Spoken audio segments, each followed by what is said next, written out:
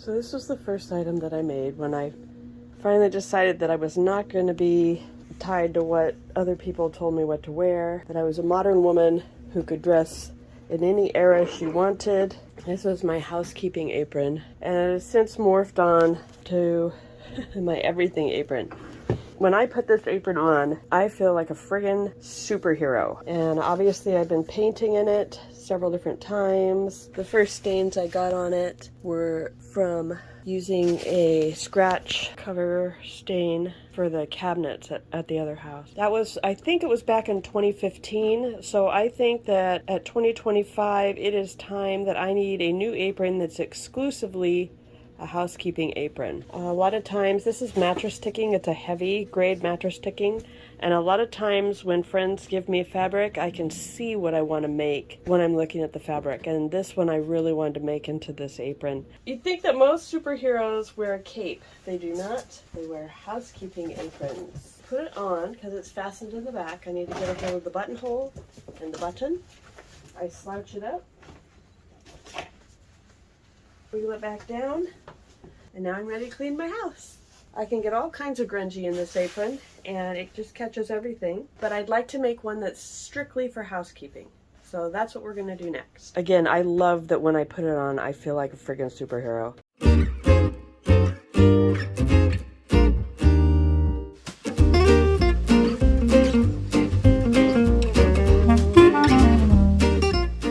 The same apron that I made last time, because if it's not broke, why fix it, right? So I'm going to be using this ticking. I think it's a taupe, but the sales receipt says khaki. I got it at Walmart. It's a heavy ticking. It's a neutral color. It's very, very stiff. And I just figured out that it was $5.32 a yard. I'll be using the same pattern I used last time. It's a Peerless pattern. The years, I got it off of Amazon Dry Goods, which is not the same as Amazon. Amazon Dry Goods has been around since I was a teenager, back in the 80s. This pattern is a 1900 to 1920 or a 1910 pattern. The original pattern states that it sizes 32, 36, 40, 44 inches bust measure. I'll put a link down to the purchasing for this pattern. It has a brief history of the Peerless Pattern Company inside. On the back is yards of material required and directions for cutting and making. If you've been doing this for a while, you know that there's very few instructions on old patterns. If you haven't, just be aware that there's very few instructions on old patterns. It is exactly 2 pattern pieces. So it's a cut 1 on center fold. I don't think my fabric is wide enough to do that, so what I'll do is cut 2. I'll add a little bit for the center and I'll seam them together, which is what I did on my other fabric as well. And the second piece is a pocket piece. And that is all of the pattern pieces. So let's get started.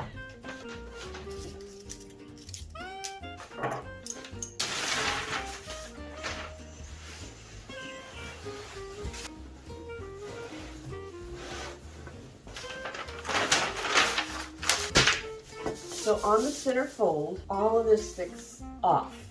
What do they say? Piecing is period. But this is a lot of fussy piecing, and it would just be easier for me if I cut out 2 pieces and seamed it up the center. And since I'm a grown-up, I get to do what's easier for me. So we're gonna fold it like this. This fabric is very stiff, if I haven't already mentioned that. And this stripe is woven into the fabric, so I don't have to worry about the grain being off. I do want the center of the apron to be on the stripes. And I want a little bit extra, and I don't feel like mathing it too much right now. I guess I could just measure it. I want to give myself an extra inch, not counting the selvage edge, the machine finished edge. And I can put my apron on that stripe, and we will be happy with that.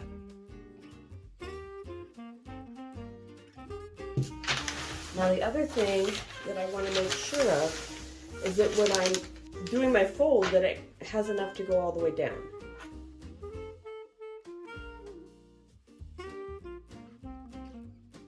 I'm only cutting to the top layer, so so I can make sure that my pattern reaches to the end of my fabric.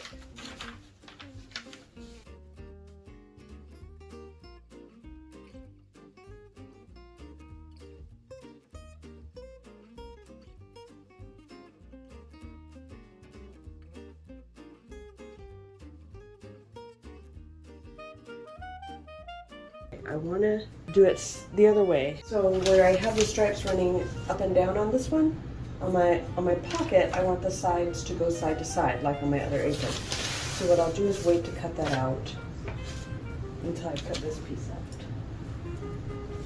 So I'll get out my mom's shears.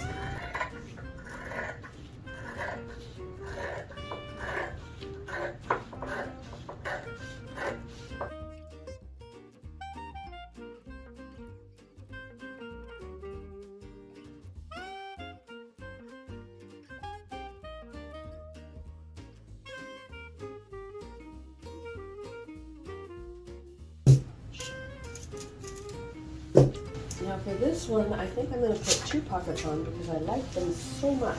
And again, I've matched up the stripes here. This will be right on the edge here.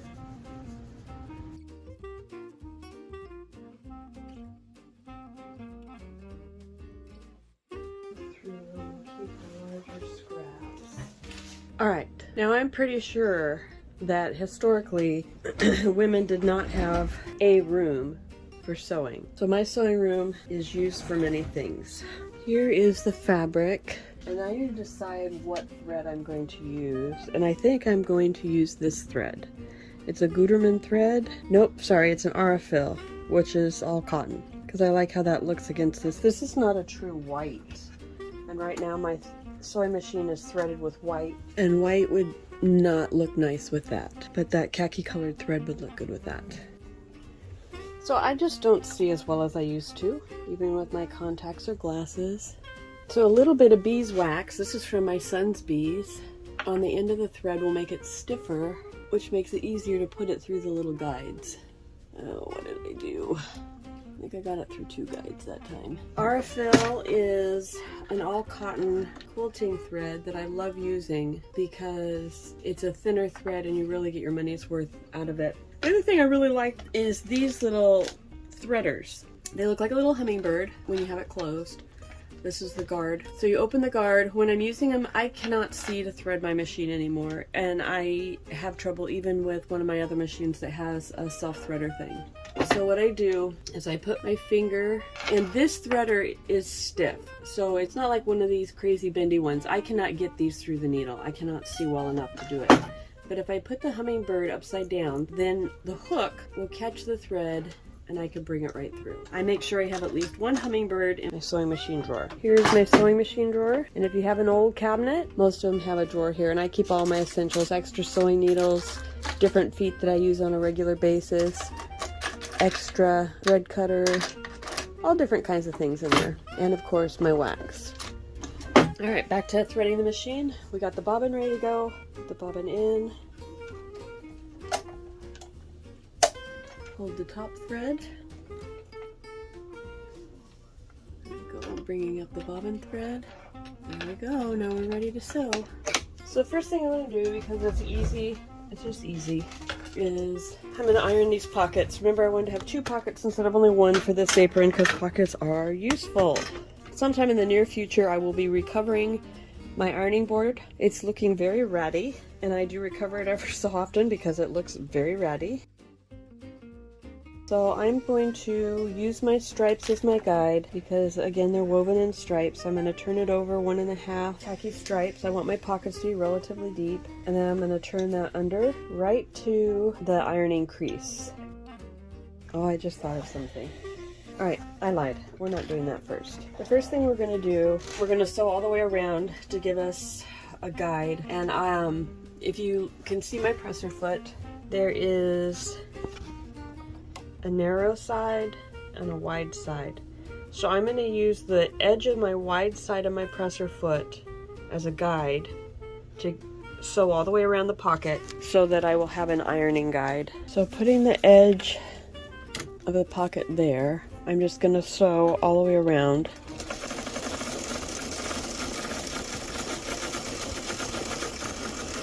Okay, and one more time for the second pocket. This is a treadle machine, so I'm trying to hold very still as I film this.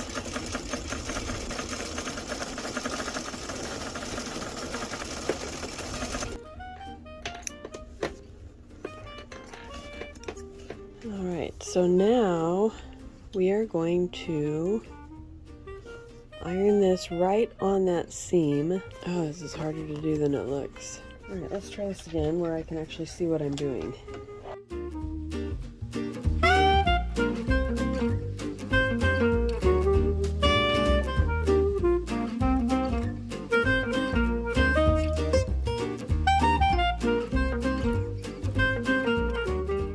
Alright, that's one pocket all the way. And now we'll turn over the top. This is the one we did before. And then we're going to set these aside because we'll put the pockets on last after I determine where I want the placement.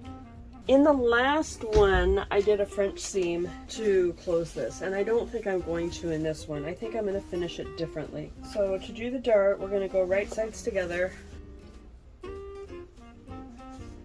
Give it a good pin so that I'm not fighting to keep the edges straight while we're sewing. I have not sewn these together, so these are still two pieces, and we're going to do them at the same time here. This is why it's good to know your machine. So my needle is down. I can take my seam guide and bump it right up against my needle, and I know that the very edge of this little hole here is 5/8 of an inch, and we're going to do a 5/8 seam. There's the new kitten. Adso! Adso! What are you doing? You helping? No, don't go by the iron, buddy. You'll get burnt. So I'm going to bump it right up against my needle. I'm going to hang on to my threads here. Go forward. Go backwards. And I have my machine set for 15 stitches per inch because that's a nice small stitch and it doesn't make my machine mad. The other thing that you can do if your machine does not have, I've tangled it up, so we're just going to cut it, is you can just stop it at the edge of the fabric and turn it around.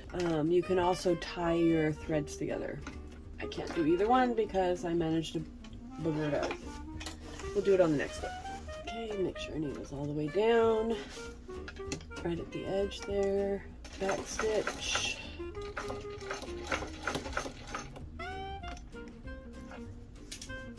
Keeping it on the same trajectory, we're just going to sew to the edge. I'm going to back stitch this time. Alright, I finished cutting down into the dart and I ironed it open. I'm going to iron it one more time. I'm going to fold it over into the crease and then we're going to stitch those down to finish our darts. So those have both been turned and ironed, and now I'm going to sew right on the edge.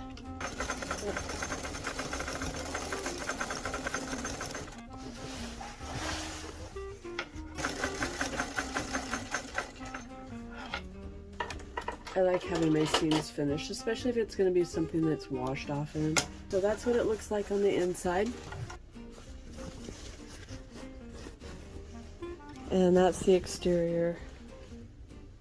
So I'm going to pin along here, matching the selvage edge to the selvage edge. And then I'm going to measure an inch. I need to take that inch off. Alright, I did try on the two pieces separately, and the overlap was about 7 stripes. So what I'm going to do is I'm going to go in, I'm going to sew this down the middle on this 3rd stripe here, which is about 1.5 inches. Whenever you need to stop and reposition, you should always have your needle down.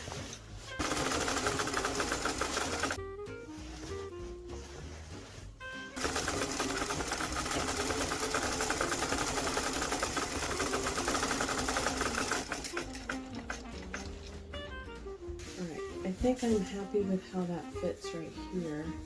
It'll still be turned down. Alright. Okay, we're back to do the center seam. Again, this isn't the seam for strength, it's just to finish this seam here, encasing the raw edges.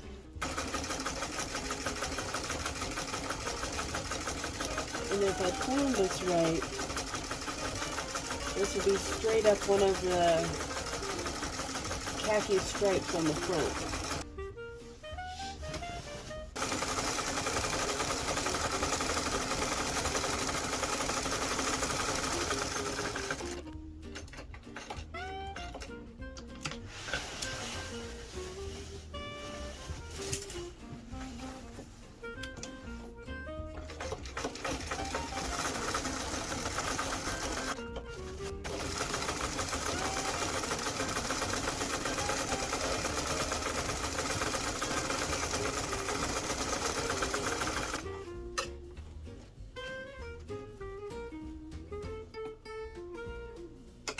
Alright, for the next thing, I'm going to sew a seam all the way around.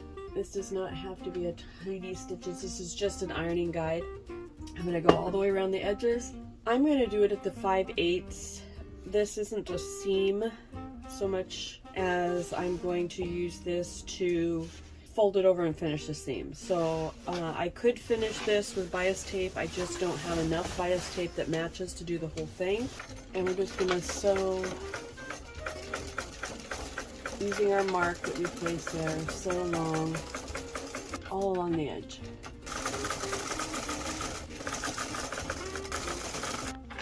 Make sure our needle is down before we start fussing with things.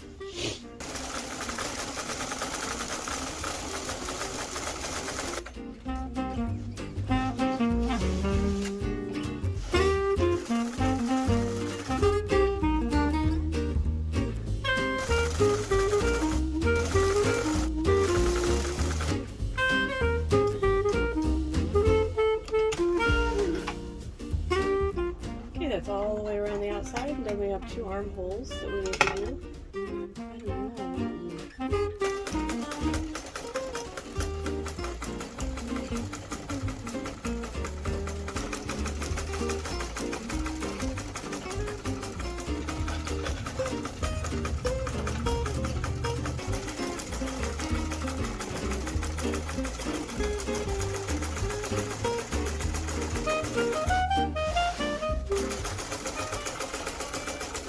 There we have it.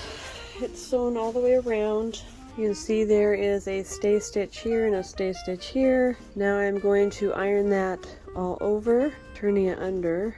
I'll fray check the edges.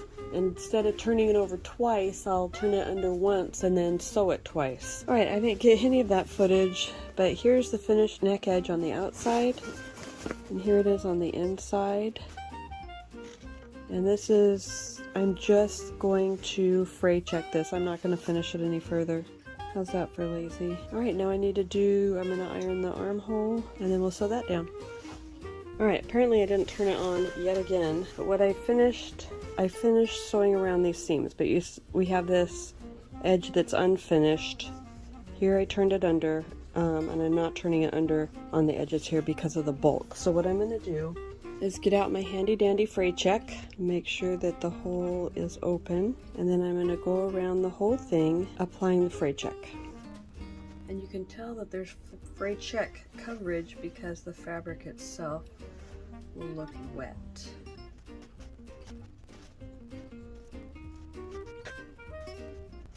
This will take a lot of fray check, which is good because the larger old-fashioned aprons have a lot of edges. I am going to freely admit that by doing this I am cheating, and I did not do it on my other apron, and I'll show you some of the differences between the two when I get this one finished. That's why I'm sure I'll catch flack for this, but I am historically inspired adventures, not historically accurate adventures. Those areas I did not catch with the stitches, so we'll have to go back over those. Now the armholes.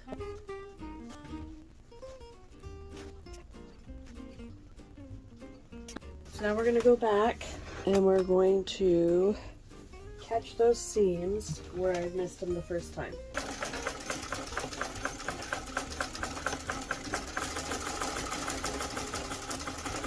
And there we go. Besides the pockets, this is done. For pocket placement, you have a couple of choices depending on your preference. So you can either put them down low, so the top of the pocket is where your leg bends, or you can put them so the bottom of the pocket is where your leg bends, so that when you're sitting down, if you have your phone in your pocket, it's not gonna push up. I think I like them lower, so I'll probably put them, make sure I'm not pinning to my dress. Now if I have something in my pocket, hopefully when I bend, it's not going to keep me from bending, like when I go to sit down. So based on the center line, I'm going to want them about the same height and about the same amount of lines over. For placement, I'm going to sew along the top of the pocket. So you want to finish that fold over to encase the seam before you sew your pocket, because when you go to sew your pocket onto your apron, you can't sew this because you won't be able to get your hand in it. So here's the other pocket. And straight across from that, and we decided on the 9th line over, 1, 2, 3, 4, 5, 6, 7, 8, 9. Straight across from that one. We'll give it some pins to hold it steady. All right, I'm gonna go, and this one is not finished, so I'm gonna go sew that seam straight across there. And then we have this one placed, so we're going to go straight across from that one. 1, 2, 3, 4, 5, 6, 7, 8. 1, 2, 3, 4, 5, 6, 7, 8. Because again, this is a working apron. I'm not going to freak out about it. I would be much more inclined to be fussy if it wasn't utility fabric, if it was something I'd be wearing out in public. Now, back to the machine, and we'll attach our pockets. I think I am going to do 2 rows of stitches on these pockets. This time my guide is the inside of my right presser foot leg, which is going to get me pretty close to the edge. And it looks like I went off the edge there, which is why I'm doing 2 rows of stitching on these pockets.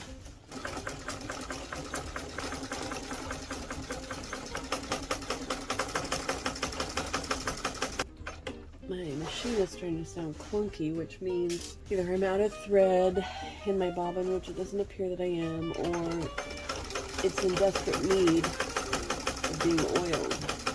In that way, sewing machines are kind of like motorcycles. They'll tell you what they need from you. Let's go ahead and turn this around and do our second set of stitches. I'm going to run the first set of stitches along the fat presser foot or the wider presser foot edge on the inside there.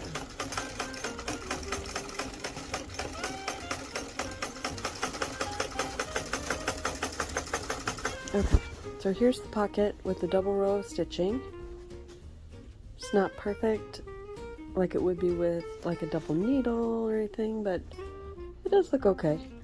And it's not high contrast like on the other apron, so it'll be fine. I'm gonna go finish the other pocket. All right, so I've got both pockets on, equidistant from the center line, and I have this edge that we fray checked, but it has all these sticky outy bits. So I'm just gonna go and carefully trim off all of the stuff that had frayed prior to adding the fray check all the way around. Okay, so let's talk about some of the differences between my new apron and my old apron. So my old apron, I turned over all of the seams. I hand basted and I turned it over and I finished every seam. Same with the armhole edge. Oh, that's so unattractive. Anyhow, it's all turned under and finished. The center seam is a French seam. It's all encased. This is the dart on the side, and that's all French seamed and encased. And then on the outside, we have the double stitching in the contrasting thread all the way around. The new one, we have the single row of stitching all the way around, but I did not encase the raw edge. I just folded it over and stitched it down. That's on both sides here. I did finish the shoulder seams. I folded it under and stitched it.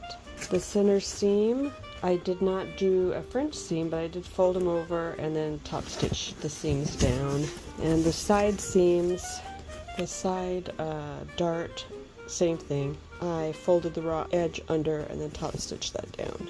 All the way around the edge is a single row of stitching except for where I didn't catch some of the edges, and then I double stitched it. And then I finished the raw edges with the fray check. Pocket for here and here. 2 pockets. There we are. I really like it. Okay, so we're back in the sewing room. The thread is still the same as last weekend. Again, this is what I'm working with. It really came unraveled, so I have to just kind of trim off these long bits that are going to try to poke out. So by trying to cheat and do it the easy way, I'm actually have made more work for myself. So let that be a lesson to me to stop. And I know this. Anytime I try to make a shortcut, it's just making myself more work. Before we get sewing here, I think this is probably going to be much easier to sew on than the heavily sized pre-washed fabric. And again, I was trying to do a shortcut. You're not going to want to pre-wash this without finishing the cut edges, because can you imagine how many strings you'd have to cut off and how far it would have unraveled in the wash? So had I pre-washed this before, I would have either stay stitched the cut edges or used a serger. So I don't need to cut all of the frayed edges, just the ones that are long that I think are going to poke out. It'll save me from having to go back afterwards and cut them off. All right, so where were we? Where were we? We were trimming off the long ends so we can do this. Maybe it's a good thing that we're fixing it because I didn't catch the seam right there. Now, if I didn't say it at the beginning of this project, this was supposed to be an easy one and done sort of project. I'd already done it before. We were going to take some shortcuts. It was going to be done and we could move on to the next thing.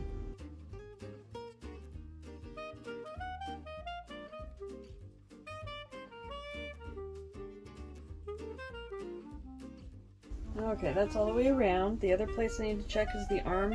We don't want the apron looking like it needs a good underarm shave while I'm trying to wear it to look cute while doing housework.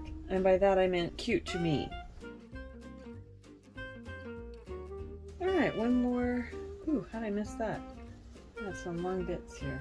Threads being on the floor, but if I can keep them corralled a little bit and toss them into the garbage, that's one less thing I have to clean up later, right? Once I'm done with this apron, I will look very cute, in my opinion, cleaning the threads up off the floor. But if I don't have to clean the threads up off the floor, that'll be that much more time working on another project. I don't know about you, but if we're not allowed to pass away until our projects are done, I personally am going to live forever. I'll start with the armholes. So a problem I'm going to have is any place where there's already 3 thicknesses and then I fold it over, now that's going to be 6 thicknesses. So what I might do is start here and end here and then close it by hand. Just with little stitches, little slip stitches or whip stitches or whatever strikes me in the moment. So let's bring that thread up from the bottom. I'm going to use, now I have both of my threads. Let's pinch those threads. Throw 3 seams, 3 back, and then go forward again.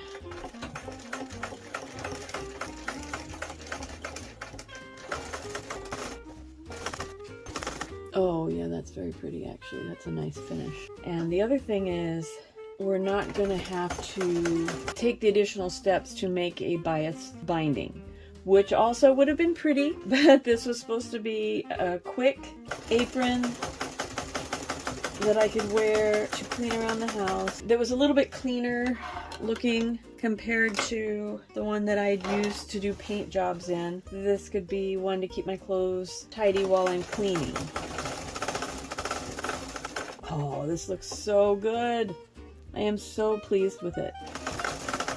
And with my schedule, I've just kind of been being grumpy about this all week because I had washed it last weekend, but I haven't had any time to work on it or problem solve or any of that until now.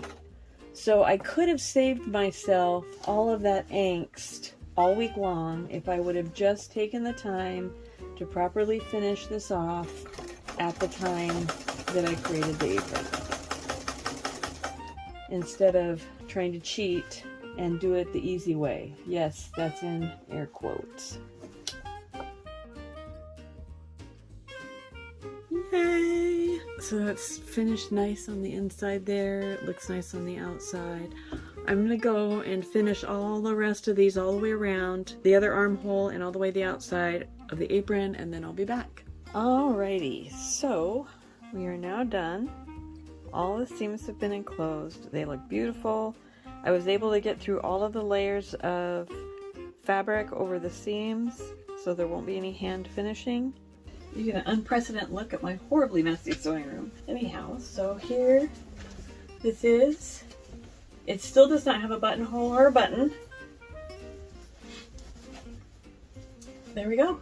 That's what it'll look like. Here's my pockets, a little bit high, but that's how I wanted them, because remember, that's the sit test. And there we go. Yay, it's done.